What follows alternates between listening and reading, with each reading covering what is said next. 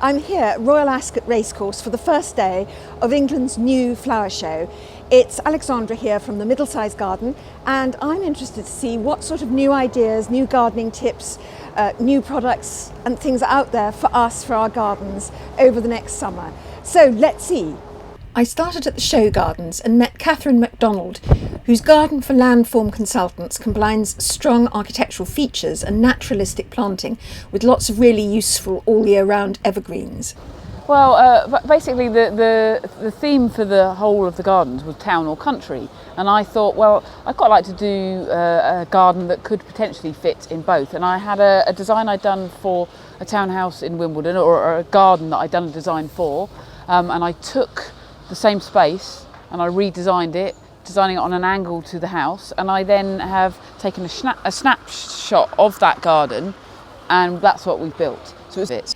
Next I talked to Perkins, and his courtyard garden is designed as an outdoor dining room, and that would also fit either as the whole of a small town garden or be an element in a larger country garden. Okay, so I'm Perkins and I am a designer at the Outdoor Room. And I'm also a landscape architect, and I wanted to design a space that people could look at and imagine that they could actually have, no matter what size of garden they've got, and so really something that's accessible to everybody. And in terms of the planting, it was really key for me to try and encapsulate the joy of spring, and the promise of spring and the fresh greens and everything that I love about spring, which is plants coming up through the earth and just capturing the potential, I think, for the coming year. One really strong direction I noted is that many gardens included one or two spiky or sculptural plants amid the softer planting. So I went to Architectural Plants, which sells, well, architectural plants, and Guy Watts, the managing director, told me that people are also very interested at the moment in softer and quite structural pruning. It's called Niwaki pruning, and it's a kind of cloud pruning that creates strong shapes, but it's also quite natural and follows the line of the tree or the shrub. I certainly saw more colour. I thought reds and blues are sort of coming back into the garden as accents and as highlights. In the student gardens there were flashes of blue and red light, there were coloured fences, and on 5-2 garden sculptures stand there are red and blue garden sculptures. Fences, trellises and screens are definitely getting more interesting.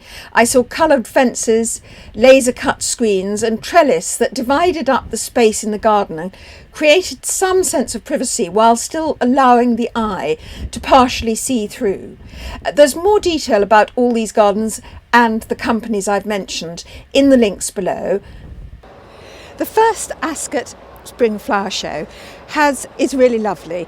It's not huge, it's big enough to be worth a day trip, but it's not absolutely enormous, so you can really see everything. I particularly like the show gardens. I thought they were very pretty, and I think it's really lovely to see prettiness back in gardens. Very pretty planting, but quite strong architectural lines in terms of the actual design, so quite contemporary as well. Look for things like, there were lots of multi-stemmed trees. And, what else did I like? There's lots of nurseries with rare plants or interesting or unusual plants that you can't get at garden centres, and I really think plant buying is a strong reason to go to a show. And there were also 6 young student gardens, and they were lovely. There was one using recycled materials, there was another with a living green edible wall. They were all really worth a look, and with just 6 show gardens and 6 student gardens, once again you could really see them all. So overall, I think it's a cold and misty day. It's not what you think of as an English garden day, but actually that makes it more comfortable. There are loads and loads of places to eat and drink, and a lot of garden shows actually make it quite difficult for you to sit down and rest your feet and replenish yourself. And actually, I don't think Ascot has made that mistake at all. And of course, the racecourse is a fantastic location to be in. So all in all, I think this has some great potential to become one of England's garden shows. So, hope to see you again. Do subscribe to the Middlesized Garden YouTube channel. Tips, ideas, behind the scenes, shows, interviews, and do let me know if there's anything you'd like me to cover. Thank you.